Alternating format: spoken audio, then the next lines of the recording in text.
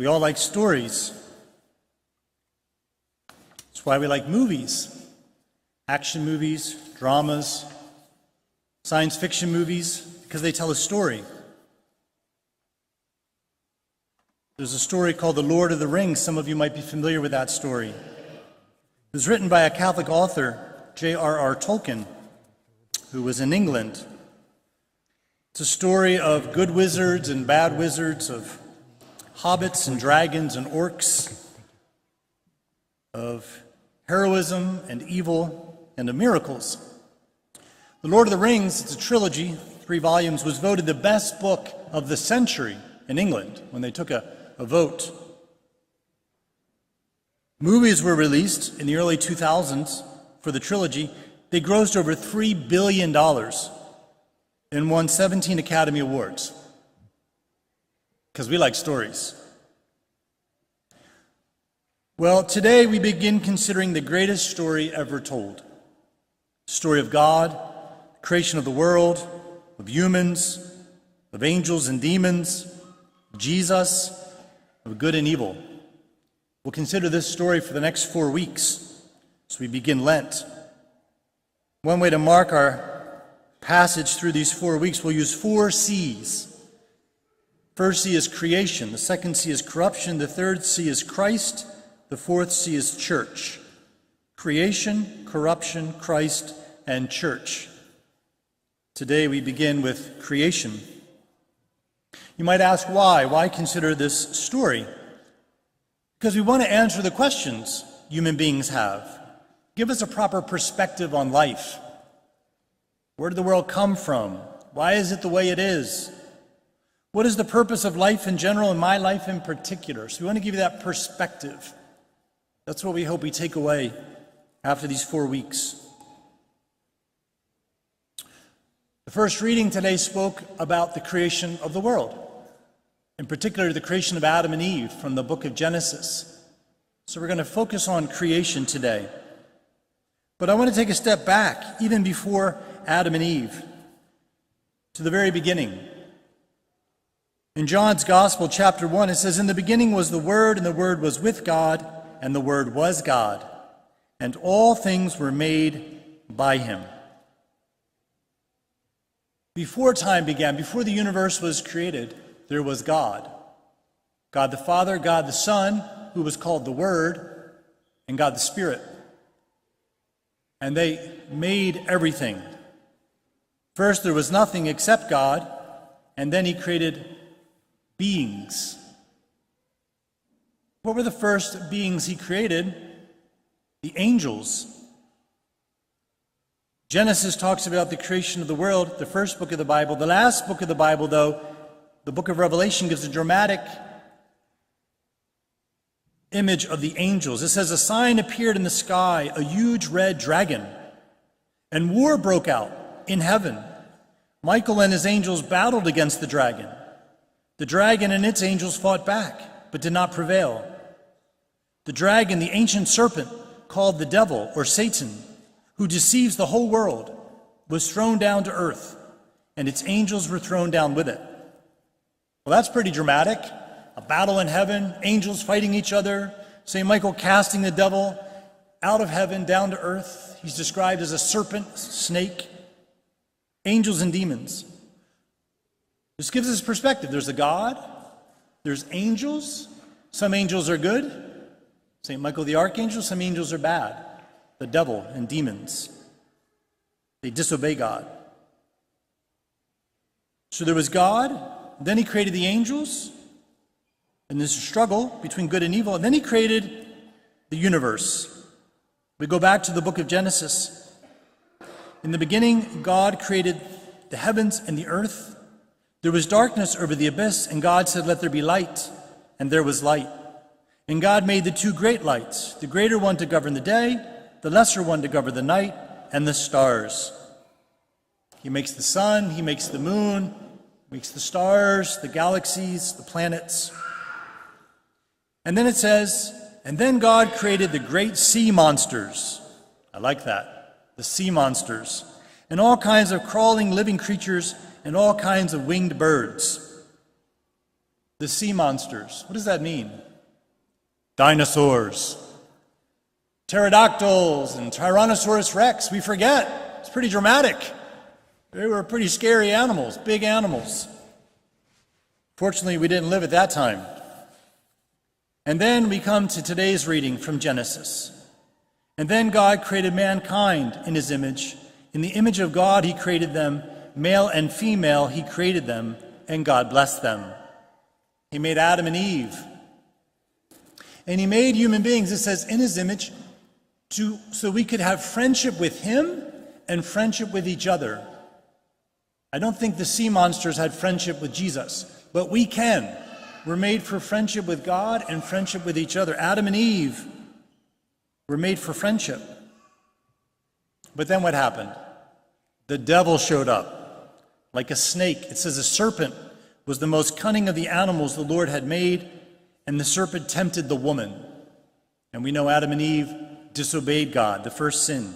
The devil deceives us, he lies to us, he tempts us, he wants to mess up our lives, he wants to take away our friendships.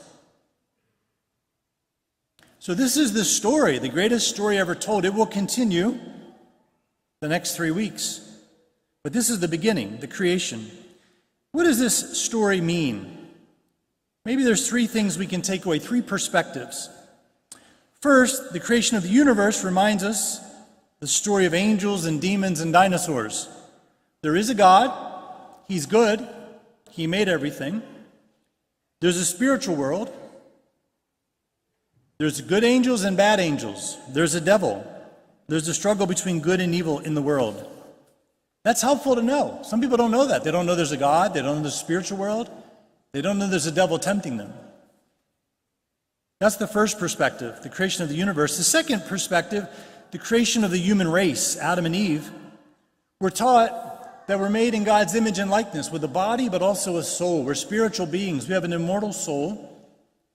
Our soul has reason and will. Reason, intellect, we can think about things, we can know things. And will, we can choose things. We can know right and wrong, and we can choose right or wrong. We can love or we can hate.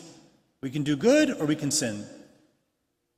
And also that God made us male and female. That's a fundamental distinction, because together as a man and a woman, we can help procreate life.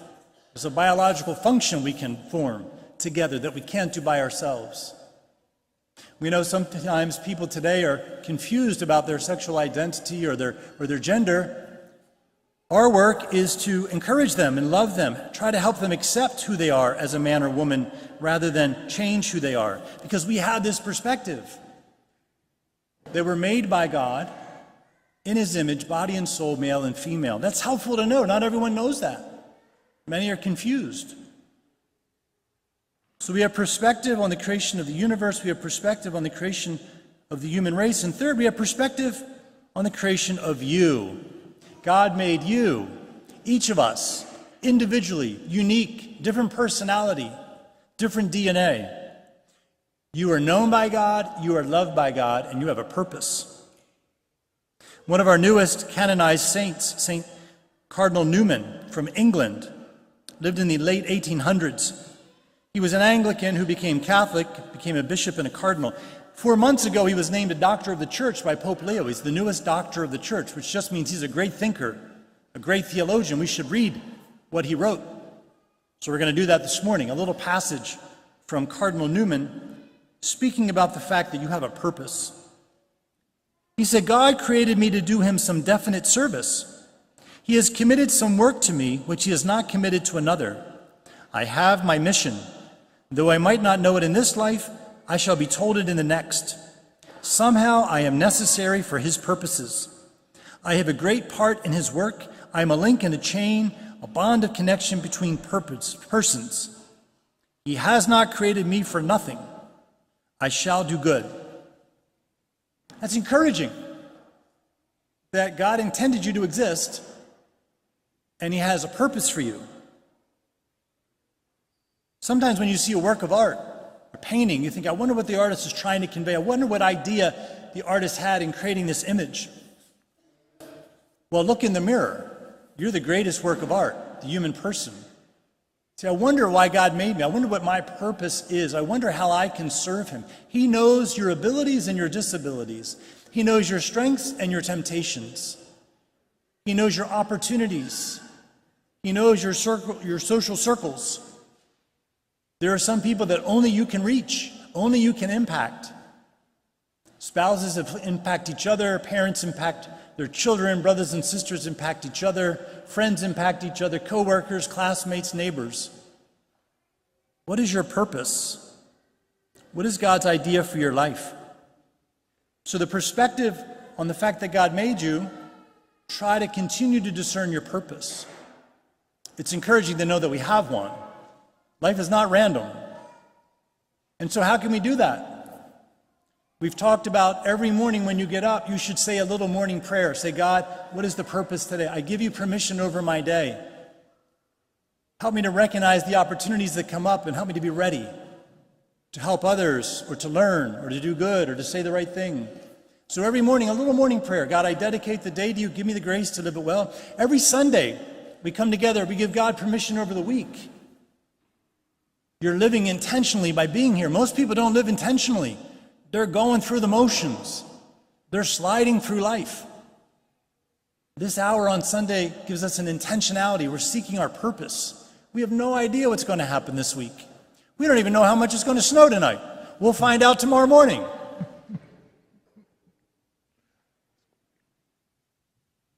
During Lent, our stone chapel is open every day with adoration. Try to go in at least once a week and just sit there and say, God, what's my purpose? Why did you make me? What can I do for you? What are my opportunities? Just keep asking God that question. He'll give you the thoughts. So really take advantage of adoration during Lent. These 6 weeks, it's just 6 weeks. Try to go in once a week, 6 times. Have that face time with Jesus. So we've begun telling the greatest story ever told. We'll continue it next week. It's even better than the Lord of the Rings. Story of God, the Creator, of angels and demons and dinosaurs, of humans made in God's image wonderfully, and of you, known by God, loved by God, and with a purpose. We're going to be doing a Bible study this Lent, which also tells the story from the book of Genesis to the Acts of the Apostles. So our homilies will be tracking this Bible series. Next week, we'll talk about corruption. We were made good in God's image, but we got broken. Stay tuned.